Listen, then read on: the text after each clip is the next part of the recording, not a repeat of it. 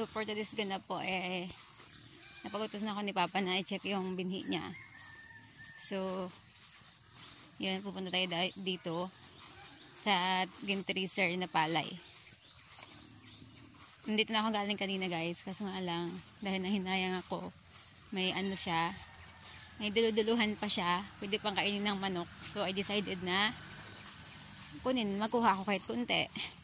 Kaya may dala akong ito. Yan, and then ito, sako lalagyan. Diba? Ayan na siya oh. Ang dami niya pa kasi guys, ang dami niya pang tawag to. Dami niya pang dami pang laman. I mean, yung may mga pa matitimgas. Siguro nasama siya dito kasi nga 'di ba tag-ulan. 'Yun. Kasi tag-ulan, so 'yan. Lagay tayo dito, guys. Sayang rin 'to, guys, oh. Ang timgas niya pa. Busog pa 'to yung manok namin pagdating sa bahay. 'Di ba? Laman din pa 'to nila. Kasi naman dito lang 'to. Masasayang lang. So, 'yun.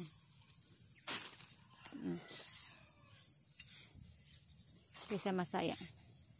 Paglamantian pa ng manok. Ayan guys. Maaga pa ako kasi ngayon nagising kaya tuloy napag-utusan ako ni Papa. Diba? Na magtingin ng binhi niya. Kasi daw baka inubos na ng manok. Pero happy to say dahil walang manok. Wala pang manok na nililigaw at nakadiscover nito. So bago ma-discover ng manok ng kapitbahay guys, kukuha muna ako ng party ng manok namin. Diba? Nabusog nga yung manok ng kapitbahay, manok pa namin hindi. O diba, wag ganoon. Wag ganoon. Dapat pantay-pantay. May matira-tira dito. Hindi, ayun ang kanila eh.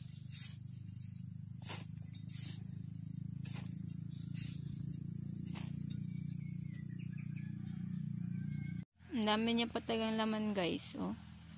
Makakuha na ako ng mga lapit-lapit ito kalahating sako. Eh kung bubuhatin ko ito mamaya, medyo mabigat-bigat na to. Pero dahil ang dami niya pa kasi talagang laman, oh. Nahinayang ako. Sayang, pagkain pa ito ng manok talaga. Ito nga lang, nakita ko to, nahinayang ako, kaya yun. Bumalik ako. Wow, sana all binabalikan, di ba? Kung ganoon ba naman lahat ng tao binabalikan lahat ng nakikita nilang idi goods, di ba? Hindi yung basta-basta ka na lang iniiwan sa area na hindi mo alam yung dahilan. Hugot yan. Alam mo nyo guys, sa buhay natin, hindi agad natin maiwasan na hindi maghugot-hugot sa buhay. Minsan kailangan din natin yun. Di ba? Oh. Nakuha lang ako ng palay pero nakahugot na ako. Talaga. Sayang pa talaga siya. Oo, sayang na sayang. Ang dami pang matimgas na sumama. Basa kasi yung palay guys. So yun guys, dahil na parami yung kuha natin. Hirapan na ako magbitbit. Ginaguyad ko na lang siya pa uwi. Diba? Kunting effort para sa manok. Yan.